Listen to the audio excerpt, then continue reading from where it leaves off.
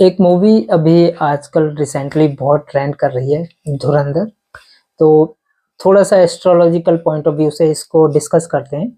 Main focus मेरा Mars पर ही रहेगा क्योंकि पूरा मूवी की जो थीम है मार्स पर है।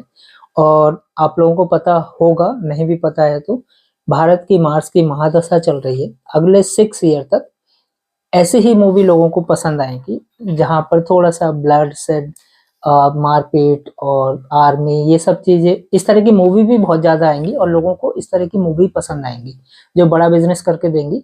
वो मार्स प्रोमिनेंट मूवी ही करके देंगी। इस मूवी में कैरेक्टर्स तो बहुत सारे हैं। सारे कैरेक्टर्स को लेके चलेंगे तो वीडियो बहुत लंबी हो जाएगी।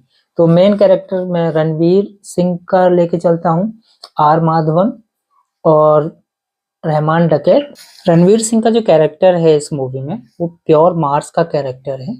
और आर माधवन को अगर हम देखें तो सैटर्न, क्योंकि सैटर्न हमेशा पेशेंस की बात करता है, टाइम की बात करता है, वेट आने की बात करता है। मूवी में एक डायलॉग भी है कि टाइम की सबसे अच्छी बात है कि टाइम सबका बदलता है। तो Saturn is my favourite planet. तो आर माधवन का कैरेक्टर इसलिए मुझे फैसिनेट करता है क्योंकि लाइफ में अगर हम देखें तो बहुत सारे लोगों के साथ प्रॉब्लम्स वहीं पे आती हैं कि पेशेंस नहीं है किसी के भी अंदर, सबको चीज़ें जल्दी चाहिए। क्योंकि हम यहाँ पर बात कर रहे हैं मार्स की, तो पूरी मूवी में मैक्सिमम कैरेक्टर जो है मार्स ही डिफाइन करा गया है। रहमान डकैत जो कैरेक्टर है उसका मार्स प्रोमिनेंट है। लेकिन प्रॉब्लम क्या है कि राहु के साथ दिखता है मार्स। राहु और मार्स अंगारक योग बनाते हैं जो कि इंसान को गलत तरीके से कहीं पर ले जा सकता है।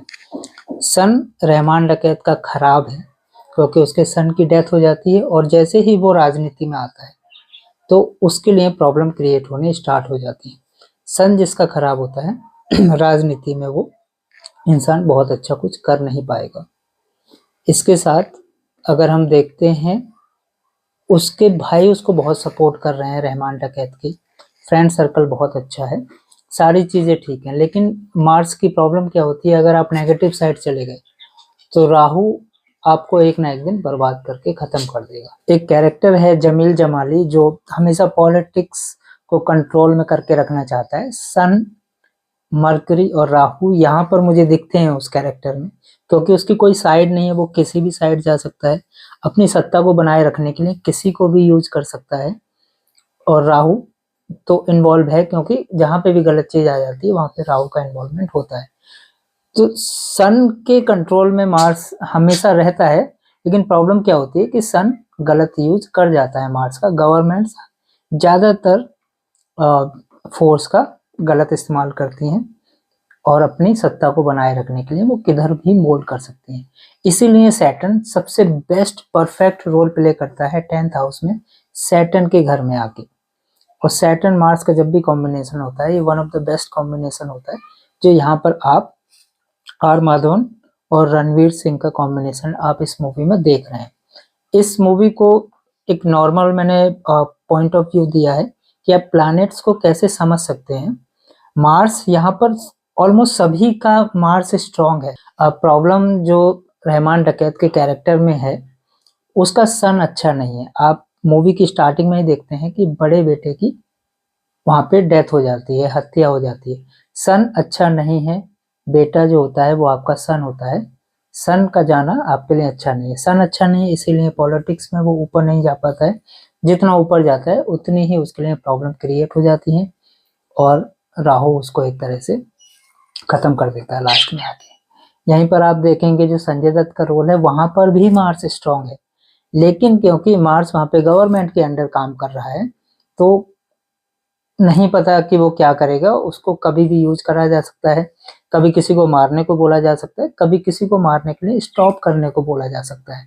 तो बहुत वहां ऐसी जगह पे मार्स हमेशा अच्छा काम करेगा लेकिन कंट्रोल में रहेगा। प्रॉब्लम ऐसी चीजें उसको करनी पड़ जाएंगी जो वो करना नहीं चाहता है, अपने दिल की बहुत चीजें नहीं कर पाएगा। सेम आपने इस मूवी में, क्योंकि राहु इन्वॉल्व है, प्रोमिनेंट राहु इन्वॉल्व है रहमान डकैत के कैरेक्टर में, तो उसके कैरेक्टर को इतना एक्सप्लोड होते हुए आपने देखा। और राहु क्योंकि अदर रिलीजन की बात करता है, अपने से बाहर की बात करता है, अपने भाषा से बाहर की बात करता है, तो जो सॉन्ग भी है अपने भाषा से बाहर का, और इसमें लैंग्वेज भी ऑलमोस्ट हिंदी से अलग यूज करी गई है थोड़ी सी, तो इसलिए वो चीज एक्सप्लोर हो रही है बहुत ज्यादा। और आपने देखा होगा कि कलरिंग, कपड़ों का कलर, सब सारी चीजें दिखाती हैं राहु को। लेकिन सैटर्न समय की बात करता है, और मार्स क्योंकि सैटर्न के साथ काम कर रहा है, तो आने वाले कैरेक्टर, आप जो आने वाली मूवी का सेकंड पार्ट देखेंगे, वहां पर रणवीर को अब बहुत ज्यादा, उसके कैरेक्टर को बहुत ज्यादा डेवलप होते हुए देखेंगे, क्योंकि सैटर्न ऐसे ही काम करता है। सैटर्न का जब देने का टाइम आता है आपकी टाइम टेस्टिंग के बाद, तो सारी चीजें पीछे हट जाती हैं उसके साथ। एक कैरेक्टर और नोटिस करा मैंने, जो रणवीर कपूर की गर्लफ्रेंड होती है, she is pure Venus. Venus इतना प्रोमिनेंट है उसका, जहां भी जाती है, जिसके साथ भी जाती है, चीजें उसकी तरफ झुकना स्टार्ट हो जाती हैं। जब वो रणवीर कपूर के साथ होती है उस टाइम पे उसकी फादर की वीकनेस स्टार्ट हो जाती है, लेकिन अगेन जब दोनों मिलके आफ्टर मैरिज जब अपने फादर के साथ जाती है, तो उधर उसके फादर की भी स्ट्रेंथ स्टार्ट हो जाती है। जहां भी जा रही है वो, वहां पर वेल्थ इंक्रीज होना स्टार्ट हो जा रही है, पावर इंक्रीज होना स्टार्ट हो जा रही है। जहां से वो जा रही है वहां पर पावर डिक्रीज होना स्टार्ट हो जा रही है।